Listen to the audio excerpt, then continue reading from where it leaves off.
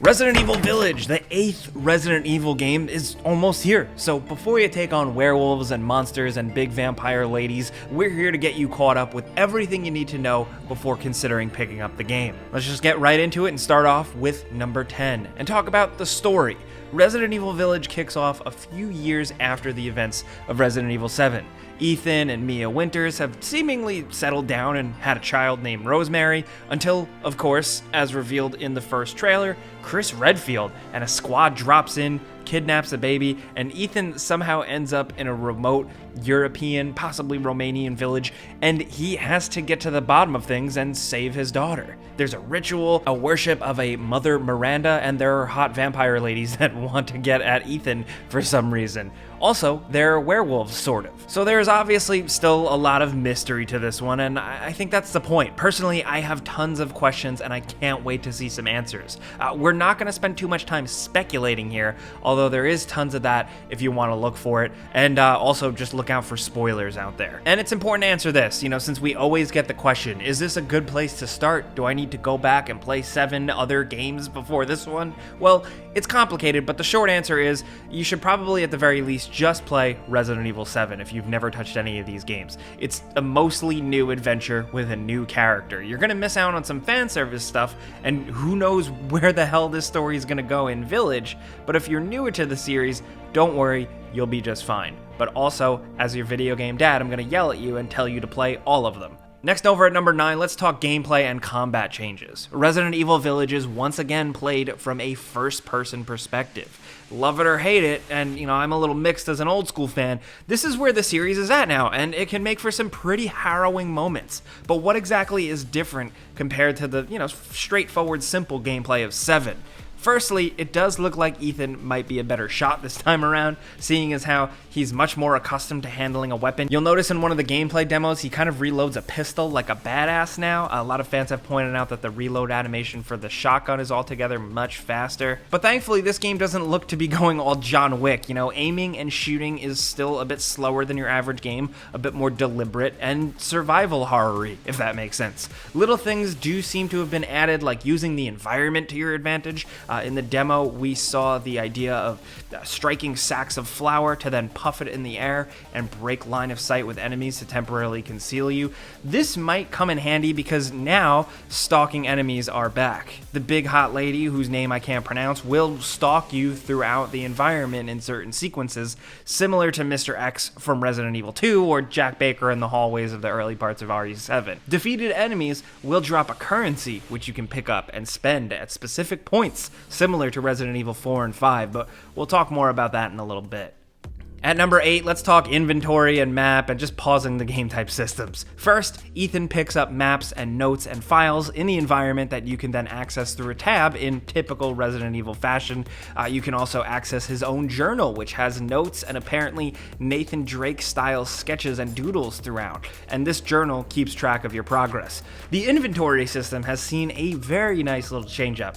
The game, the village vibe, all that is clearly taking some inspiration from the classic Resident Evil 4, and the biggest inspiration seems to be the inventory system. It's really similar to 4's famous attaché case briefcase system thing. It's grid-based, and you can try to maneuver and fit as many things as you can, although you're limited to these grids. It's fun inventory management because it kind of makes you feel like you have a bit more control over things, but it's still tight and stressful in a good survival horror way, and it's a little addictive. And within this system, you're also able to craft useful items with stuff you pick up, like ammo and first aid. You'll swap between the inventory and the crafting and other screens as tabs with triggers, and crafting looks like your basic 2-item combination to make something else. A special chemical and an herb, boom, first aid medicine. Will it get more complicated or surprising than that? Who knows? But thanks to a Game Informer report, we know that you can also hunt random animals roaming around the environment, like goats, pigs, chicken, fish, stuff like that, and they drop meat that you can use for survival crafting too. Which, speaking of survival crafting, that leads us to number 7. First, we gotta talk about the Duke. This over-the-top looking dude is basically the new "what are you buying?" merchant guy, and throughout the game, you'll find him at his cart, doing random things, waiting for you to show up and make a purchase. This is, of course, where you're going to be spending that hard-earned currency you pick up in your adventure. You can also sell collectibles you find in the environment for more coin too. So you access him and you'll be able to buy supplies like health, crafting stuff, and ammunition, and also access the gunsmithy weapon upgrade screen. We'll talk more about weapons in a little bit, but you're able to take that meat you harvested from hunting animals and bring it to this dude's tab called the Duke's Kitchen. Spend a certain number and combinations of these meats to permanently upgrade Ethan and his attributes in seemingly useful ways. From that Game Informer video, which we linked below, we see Ethan cashing in some meat to make a dish that then grants a permanent reduction in damage taken while guarding. I wonder how many of these crafted meals will be a big game changer, and I wonder if any of them get even weirder in that typical freaky Resident Evil style. We'll just have to wait and see a little bit longer. Next, over at number 6, let's talk weapons. Now, we have a list gathered of confirmed weapons via Dexerto.com. If you don't want to know what weapons you pick up and you want to be surprised for yourself, which I think is half the fun, maybe skip ahead about 1 minute. Now, we don't know all of the weapons yet. There's always some surprises in Resident Evil games, but so far, you get a handy-dandy little knife that's going to be very useful. We also know of 2 pistols, 2 revolvers, a Magnum and a Colt 1851 that's modified, a submachine gun, the shotgun we've seen featured heavily already, possibly 2 assault rifles, and a bolt-action sniper rifle. There are also throwable weapons too. We noticed a pipe bomb throwable and a mine in the merchant store page and some gameplay previews. That can make things really interesting and maybe even add a little bit of strategy. Will there be more surprises? Most likely, and I expect some of the New Game Plus unlocks to be weapons as well. Maybe some cool Lycan killer gun, I don't know. But anyway, over at number 5, still talking weapons, let's talk weapon upgrades, because thanks to that Duke, you can access the gunsmithy screen and upgrade your weapons in a pretty straightforward fashion. Every weapon has 4 things you can buy into to improve in multiple stages: power, rate of fire, reload speed, and ammo capacity. Like, I think these all kind of speak for themselves. We've all played video games before, right? But these upgrades seem like they can get quite expensive, so you're gonna need to choose carefully what to prioritize. What seems really cool, though, is that you can also acquire weapon-specific upgrades for guns, like a scope or a different stock for the sniper rifle, that then act as like additional upgrades that serve more weapon-specific purposes, like recoil and stuff. I love stuff like this. It's very classic Resident Evil, so definitely keep your eyes peeled for stuff like this throughout the game. Now at number 4, we have the graphics and all the visual eye candy that the game has to offer. The RE engine is rock solid, dude. From the remakes to 7 to Monster Hunter and Devil May Cry 5, it's capable of a lot with good frame rates. And now with Resident Evil Village, it seems like Capcom has achieved a pretty good balance between beautifully creepy visuals and art style and rock-solid performance with all the different platforms. They have posted these expected performance targets here. Of course, this is pre-launch though. We don't know for certain, but this is at least what they're aiming for.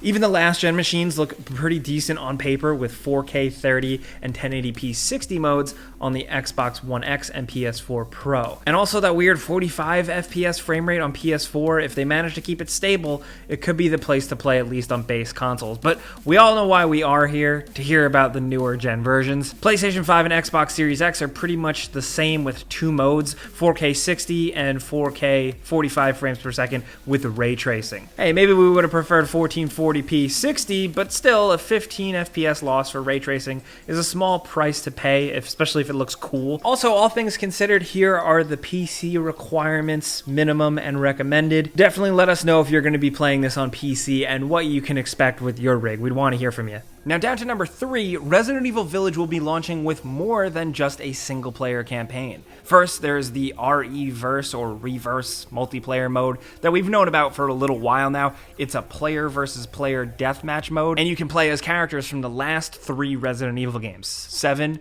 the 2 remake, and the 3 remake, but no Ethan Winters. It seems like they just really don't want to give this dude a face. So you shoot each other and it looks kind of awkward, but we're willing to give it a try, and if you die, you can come back as a bioweapon like Nemesis or Jack Baker. And honestly, it looks fine, maybe good for some hardcore fans, a nice little diversion, but it doesn't seem like anything that's going to completely blow up or anything.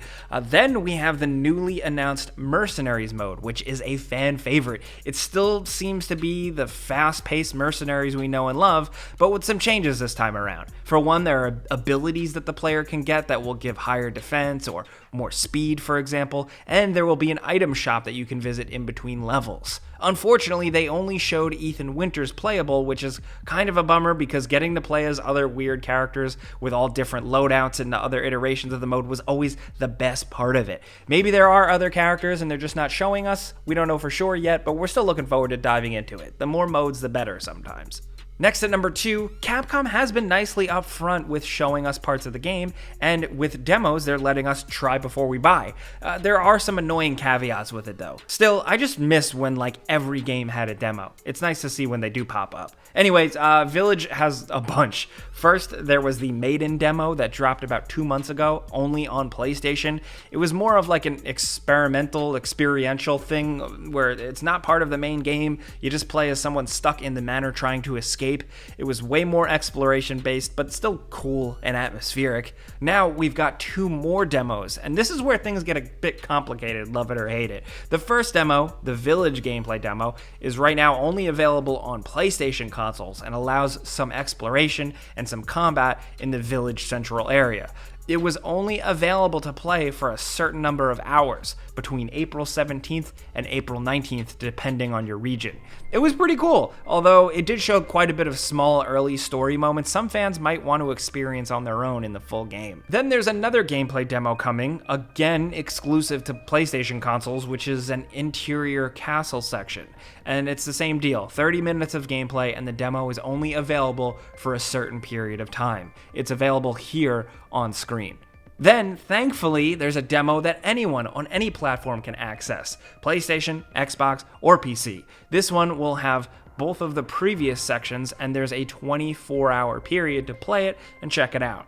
This one drops in early May, closer to the game's release. Feels like a little bit of an overly complicated marketing stunt to make all these demos annoying to kind of generate more hype, but still, again, at least being able to try before you buy is nice. Now down to number 1, let's get all the housekeeping out of the way. Resident Evil Village releases on May 7th, 2021 on PS4, PS5, Xbox One, Xbox Series X and S, Stadia, and PC. As expected, there are a few different editions of the game as well. There's the standard $60 edition in North America. There's a $70 deluxe edition that comes with some extra stuff like the save room music, a new difficulty, an art book, a found footage RE7 filter, Chris's pistol from RE7, and some other smaller things. There's also a $220 collector's edition that seems to be sold out pretty much everywhere. It comes with all the deluxe edition stuff, plus a statue of Chris Redfield, an art book, poster, a steelbook, and a cool box. If you pre-order the game, you'll also get a Mr. Raccoon weapon charm and the survival resource pack, which has some ammo, some healing items, and lockpicks to help you out. But that's everything you need to know about Resident Evil Village before it releases in May. More details are still coming out about the game, but if you've been living under a rock or maybe just not paying close attention to the game details, hopefully now you feel a little bit more up to speed. If we helped you out at all, clicking the like button does help us out. We would really appreciate that. And if you're new, consider subscribing, maybe hitting that notification bell, because we put out videos every single day. But as always, thanks for watching, and we'll see you guys next time.